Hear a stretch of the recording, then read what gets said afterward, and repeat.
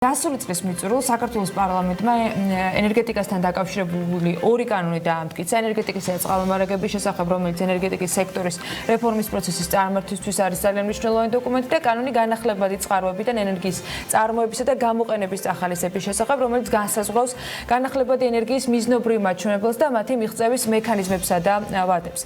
საქართველოს მიერ ენერგეტიკული გაერთიანების წევრობით აღებული ვალდებულებების მიხედვით წლის ბოლომდე კიდევ 3 კანონია მისაღები და სამივე საქართველოს პარლამენტში განხილვის ეტაპზე არის ამ დროისათვის, თუმცა ვადები ისე როგორც პრაქტიკა გვაჩვენებს, რომ არაერთ მაგალითზე ამ შემთხვევაში შეიძლება ასევე გადახედელი იყოს.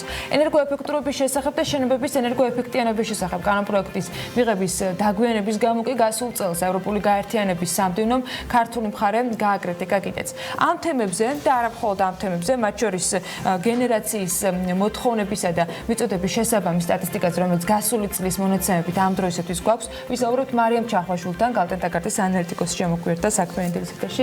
მარიამ, გიუცილ დღესასწაულებს. მადლობა, რომ გუნდთელიანად წარმატებები და ბარაკა. რას ადგენს, მოდი ძალიან მოკლედ ამ კანონებთან დაკავშირებით, იმიტომ რომ თქვენ ანალიტიკაში რაც გუშინს წავიკითხეთ, ძალიან ბევრი სხვა საგულისხმო ინფორმაცია, რომელსაც უფრო მარტივად და პოპულარულად შევძლებთ ჩვენი ტრიო რო გადავცეთ ახლა ამასენის სახსნან მეც მიჭირს. არა, ჩვენ ამას ვახერხებთ, მინდა გითხრათ თქვენი ძალიან დიდი დახმარებით ამ მეცადინეობით, უბრალოდ საუბარია კანონმდებლობაზე, რომელსაც ბაზარი და ბაზრის მონაწილე ნიელოდნენ. ეს არის ცალსახად პროგრესი, ასევე არის დასაფიქსირებელი ისიც, რომ მისაღები გვაქვს კიდევ ბევრი რამ, მაგრამ ფაქტია, რომ ამ კანონმდებლობამ უკვე უზრუნველყო ის, რომ კონკრეტული ვადები დადგინდა შემდგომი ნაბიჯებისთვის. აი ამაზე თუ შეიძლება 2 წუთით. თავარი რაც მოგცვა ამ კანონმა, ორივე კანონმა განახლებადის და ენერგეტიკის შესახებ არის მკაცრად განსაზღვრული ვადები კანონქვემდებარე აქტებისთვის. თვითონ კანონი ასახელებს ახალ მოთამაშეებს, რომლებიც ბაზარზე უნდა გაჩნდნენ, განსაზღვრავს, რომ რამდენიმე მოთამაშეებიც დღეს არის ბაზარზე უნდა სახეცვლილება განიცადონ, მაგალითად ენერგოპროს და თელასი, რომლებიც არიან ახლა გატარების ლიცენზიენტები, მათ მოუწევთ ასე ვთქვათ საქმიანობის გამიჯვნა, გამომდინარე იქიდან, რომ ენერგეტიკული გაერთიანება იძახის, რომ ცალსახად ბუნებრივი მონოპოლიის საქმიანობები, ანუ გადამცემი ხაზის ფლობა უნდა იყოს ცალსახად გამიჯნული კომერციული საქმიანობისგან, თეორიულად ხაზის ფლობა უნდა იყოს აუცილებლად რეგულირებული სემეკის მიერ, კონკრეტულ არეალში მხოლოდ ერთი ლიცენზიენტი შეიძლება იყოს, ხოლო კომერციული საქმიანობები, რაც არის უკვე წარმოება და მიწოდება, შეიძლება განხორციელდეს რამდენიმე კომპანიის მიერ სწორედ აი ამ ხაზების გამოყენებით.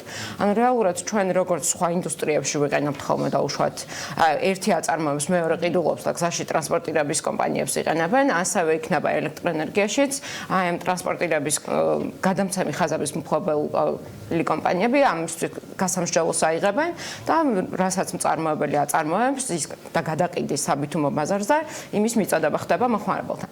ანუ იდეალურ შემთხვევაში როდესაც ეს რეფორმა სრულად განხორციელდება, ნებისმიერ მომხმარებელს აქნება საშუალება აირჩიოს არა მხოლოდ თელასი, რომელიც აუცილებელი მომწოდებელი არის დღეს დაუშვათ თბილისის არეალში, არამედ ერთადერთი მომწოდებელი. არამედ შეუძლია აირჩიოს ნებისმიერი სხვა კომპანია, რომელიც მას რაღაცა განსხვავებულ ტარიფს შესთავაზებს ან განსხვავებულ სტრუქტურას. მაგამდე ჯერ შორს ვართ, იქამდე რომ მოსახლეობასაც ჰქონდეს ამ არჩევანის საშუალება, ჯერჯერობით მხოლოდ კომერციული სექტორი გადადის და 2019 წელს რაღაც ნაბიჯები უკვე იქნა გადადგმული, 15 პირდაპირ მომხმარებელი ყავს დღეს, რომელიც აი ამ საბითუმო ბაზარზე ვაჭრობს.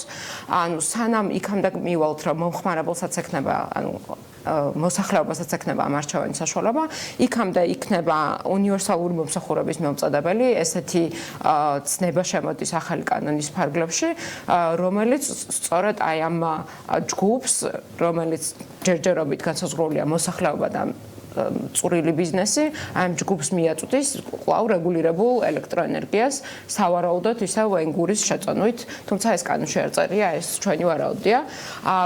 კანონი აგრეთვე განსაზღვრავს ბოლო იმედის მიმწოდა, ბოლო ალტერნატივის მიმწოდებელს, რომელიც არის, რომ ანუ თუ ეს მიმწოდებლები რამენაირად ვერ შეასრულებენ თავიანთ ფუნქციას, სახელმწიფო ბერკეტი ერთვება და ეს ბოლო ალტერნატივის მიმწოდებელი, რომელიც სახელმწიფოს მიერ დატენდერებული უნდა იყოს, ჩაერთვება ამ პროცესში. ამ ყველაფრის ფონზე ჩვენ გვაქვს ვითარება, მოდი შედარებით ბლიც რეჟიმში გადავიდეთ, როცა რეალურად ელექტროენერგიის სავაჭრო დეფიციტი არის თითქმის 30%-ით გაზრდილი. და საუბარია დაახლოებით თანხაში გამოხატული თორშტები ეს არის $60 მილიონი, რაღაცები არ მინდა ამერიოს, ხო? ეგრეა, კი, სწორედ მახსოვს. მაგრამ ამასთან ერთvis რაც პირადად ჩემთვის ცოტა რთულად პროგნოზირებადი იყო, რომ ელექტროენერგიის მოხმარება წინა წლებთან შედარებით არ გაზრდილა ისეთი ტემპით, როგორც ჩვენ აქ ყოველ კვარტალში ერთხელ მინიმუმ ვაჯამებდით თქვენთან ერთად. ხო, ანუ აქ რეალურად საუბარია, რომ არასრული 1.2%-ით, 1.6%-ით არის გაზრდა. შევეშოთ იმას, რომ ელექტროენერგიის იმპორტის თითქმის 40% უკვე აღწევს, რომ მოდის ერთი კონკრეტული ქვეყნიდან და ეს ქვეყანა რუსეთის ფედერაციაა. მეორე მხრივ, რამში ამცირა მოხმარების ზრდა. ანუ იმ დაკვირვებით, მაგრამ რაც თქვენ და Galt&Taggartის ანალიტიკოსები აწარმოებთ. რამში ამცირა ესე მოხმარების და როცა ზრდა იყო ყოველთვის უფრო დრამატული წინა წლებში. აუცილებლად კი პასუხობ წინა თემას უბრალოდ კანონმდებლობას რომ ეს ყველაფერი რაზეც ვისაუბრეთ ჯერ კიდევ მხოლოდ კონცეფციის დონეზეა, იმიტომ რომ კანონმდებლობაში დაახლოებით წერია და თითოეული მოთამაშე რომელიც მე აღწერა უნდა კანონქვემდებარე აქტებში განისაზღვროს კონკრეტული სააგენტო დასახელდეს ამის უკან, ანუ ამისთვის კვლავ ერთი წელი არის განსაზღვრული, ანუ კონცეფცია 3 თვეში უნდა გაკეთდეს, ბაზრის წესები 5 თვეში უნდა გაკეთდეს. ეს მოთამაშეები ერთ წელიწადში უნდა ჩამოყალიბდნენ. ამიტომ 2020 საკმაოდ დატვირთული წელი უნდა გქონდეს კანონქვემდებარე აქტებით და ამ ყველაფერს თვალე უნდა მივადევნოთ, რომ აი ნახოთ რა განისაზღვრება რეალურად. და ინვესტორებსაც თქვენ აღნიშნეთ, რომ დიდი ხანი ამ ყველაფერს ელოდებიან, ზუსტად აი ამ კანონქვემდებარე აქტებს ელოდებიან, იმიტომ რომ რეალურად იქ განისაზღვრება ზუსტი სათამაშო წესები, გვექნება ყოველდღიური ვაჭრობა, დღითადრე ვაჭრობა თუ როგორი სისტემით ივაჭრებს ეს ყველა მოთამაშე, ყველაფერი უნდა განისაზღვროს 2020 წლის განმავლობაში. ისე როგორც წახალისების მექანიზმები, რომლებსაც ყოველთვის ინვესტორი დასდავს. რა დაუბრუნდეთ ჩვენს ბალანსს. წელს მართლა უცნაური წელი იყო. პირველ რიგში კლიმატურად უცნაური წელი გქონდა 2019-ში, უკვე შარშანარი წელს აღარ არის.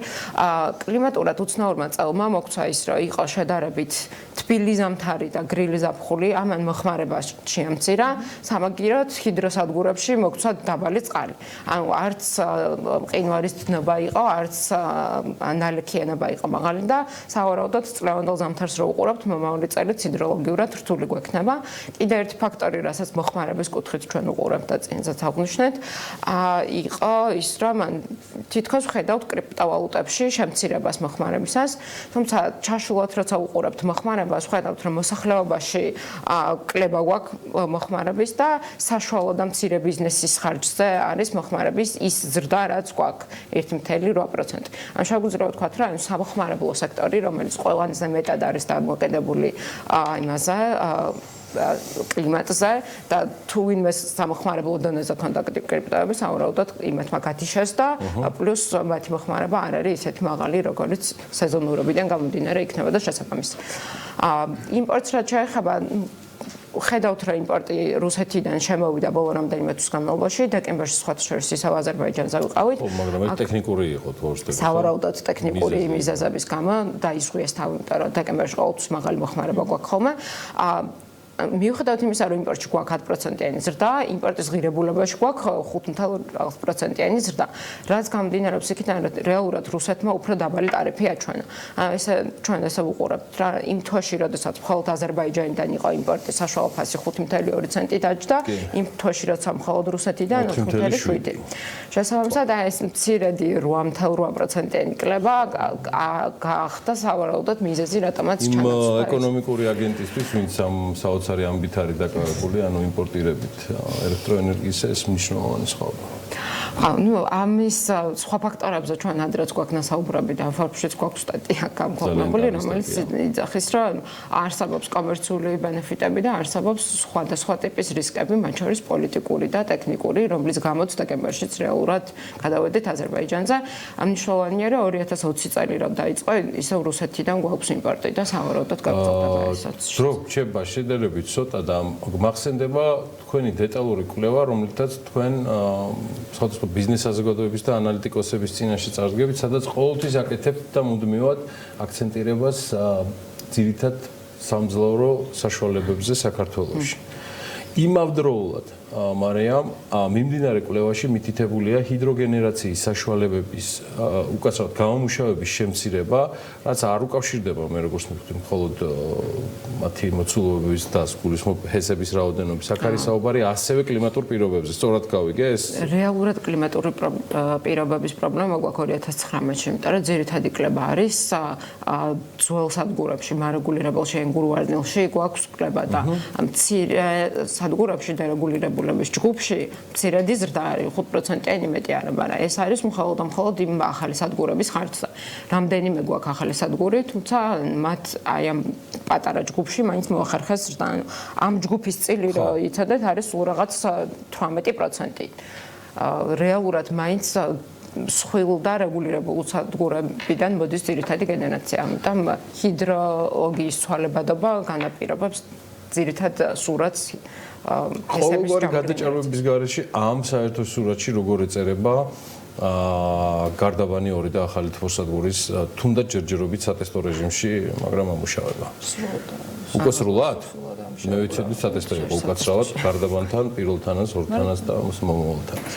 გარდაბანი 2 მნიშვნელოვანი შენაძენია, რამაც შეიძლება იმპორტ დამოკიდებულება შეამციროს, თუმცა ჩვენ როცა ანალიტიკოსები უყურებთ იმპორტ დამოკიდებულებას და ვსვამავთ თბოსადგურის გამომუშავებასაც, ვსვავთ მაინც იმპორტულ წყაროში, იმიტომ რომ გაზის იმპორტი ხდება. 2019-საც ჩვენ რო უყურებთ, კი არის 10% იმპორტი, მაგრამ 20% არის თბოსადგურების გამომუშავება და ჯამურად მაინც 30%-იანი იმპორტ დამოკიდებულება არის ელექტროენერგიაშიც. გარდაბანი 2 საშენება შვენიერია, რაც მეტი ბაზისური სადგური არის უკეთესია, თუმცა მაინც იმპორტ დამოკიდებულებას ზრდის, მით უმეტეს თუ კიდე დაამატებენ სადგურებს, ეს ალბათ ზამთრის დეფიციტში ამცირებს, ალბათ ენგურის გაჩერების პრობლემასაც მოხსნის, თუმცა იმპორტის ხარჯზე კვლავ. და აქ საუბარია ბუნებრივ აირზე. ბუნებრივ გაზის იმპორტზე. კარგი, ერთი თემა, რაზეც გუშინ მე და ანა საუბრობდით, იყო ელექტროენერგიის საფასური საქართველოსა და თურქეთში. რა ქარაგმებით მოხერხდა თქვენი აზრით ის ამბავი, რომ ფაქტიურად საფასური ფასი ელექტროენერგიაზე ამ ორ მეზობელ ქვეყანას შორის არის გათანაბრებული. და გათანაბრებულია სრულად და ჩემი მთავარი კითხვა, რაც ასევე თქვენი ანალიტიკის ყოველთვის განუყოფელი ნაწილი იყო, რადგან ეს იყო მნიშვნელოვანი გზავნილი წამყვანი საინვესტიციო ბანკისგან ბაზრის მოთამაშეების მიმართ, რა პერსპექტივა არის თურქეთში ელექტროენერგიის ექსპორტირებისა საქართველოსთან, რომელიც ყოველთვის იყო წლების წინ, მაგრამ ყოველთვის იყო როგორც ერთ-ერთი საინტერესო და მნიშვნელოვანი ბიზნესი. 2019 მაგითის გამორჩეული წელი იყო, რომ პირველად მოხდა, რომ მხოლოდ 2 თვის განმავლობაში გქონდა ექსპორტი, ისიც მცირე რაოდენობით, ისიც მხოლოდ იმ სადგურების მიერ, რომელსაც გარანტირებული ექსპორტის ხელშეკრულება ჰქონდათ, ან ფიზიკურად ექსპორტზე უნდა გაეტანათ ეს ელექტროენერგია. მაისი-ივნისში მოხდა ექსპორტი და ამ თვეებში თურქეთის ფასი ბევრად უფრო დაბალი იყო, ვიდრე ჩვენთან არის. თურქეთის ბაზარს რა უყურებთ, იქაც გარკვეული მერყეობები არის. ამ თვეებში ფასის კლება აიხსნება ხოლმე, იქაც არის ჰიდროსადგურები და იქაც ჰიდროსადგურების გენერაცია ამ პერიოდში იზრდება და ამას უკავშირდება ხოლმე ფასის შედარებითი კლება იმ ბაზარზე. აგრეთვე თურქეთის ბაზარს აქვს დამატებითი წახალისების მექანიზმები ბევრი, რაც უკვე ბაზრის ფასს ზემოდან ხდება. შესაბამისად, იქაური ინვესტიციებისთვის მომგებიანი ინვესტიციები რო გაკეთდეს და საკმაოდ ბუმი იყო ბოლო რამდენიმე წლის განმავლობაში განახლებადი ენერგიებში თურქეთში, ეს ყველაფერი მოხდა იქაური წახალისების მექანიზმების ხარჯზე ძირითადად. ესე ცალსახად ვერ ვიტყვით, მაგრამ არის ეს ფაქტორიც, რაც ფასიც არის ბაზარზე, იმას ზემოთ კიდევ არის. თურქეთის მაგალითს ჩვენ განვიხილავთ ხოლმე, საქართველოში როცა ვფიქრობთ, თუ ბაზარი გაიხსნა და ჩამოყალიბდა ისეთივე დღით ადრე ვაჭრობა, როგორც თურქეთში არის, საით წავა ფასი. არის შიში, რომ რახან იმპორტ დამოკიდებულები ვართ, ფასი პირველ ეტაპზე გაიზრდება, თუმცა თურქეთის მაგალითს რო უყურებთ, 2012-ში თუ ფასი იყო 9 ცენტი, დღეს ფასი ჩვენ დონეზე არის ჩამოსული 5 ცენტს ჩამოწდა მნიშვნელოვნად. შესაბამისად ჩვენ შეგვიძლია ვთქვათ, რომ თუ გაუშვებთ ბაზარს და მიუშვებთ თავის ჭკუაზე, შეიძლება საბალანსო საბითუმო ბაზარზე ფასი ჩამოვიდეს დაბლა. წარმატებები. დიდი მადლობა ბრძანებისთვის. წარმატებები ქართულ ენერგეტიკას. მადლობა Galt&Taggart და მის ანალიტიკოსებს ჩვენთან სტაბილური და მუდმივი თანამშრომლობისთვის. მარიამ საინტერესო ანალიტიკოსი. და მარიამ ჩახვაშვილი სტუმრობდა Galt&Taggart-ის ანალიტიკოსი